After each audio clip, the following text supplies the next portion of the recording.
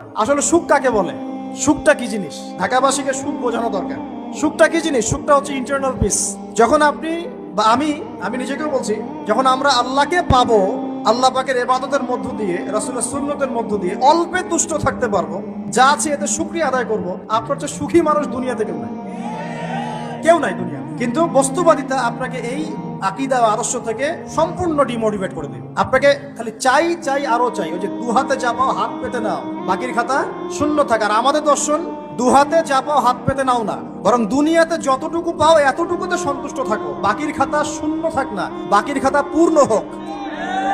মানে পরকালটা বাকির খাতা না, পরকালের বাকির খাতাটা পূর্ণ হোক। প্রয়োজনে দুনিয়ার সব চলে যায় যাক, প্রয়োজনে দুনিয়ার সব যদি চলেও যায় যাক, তারপরে বাকির খাতা কি হোক?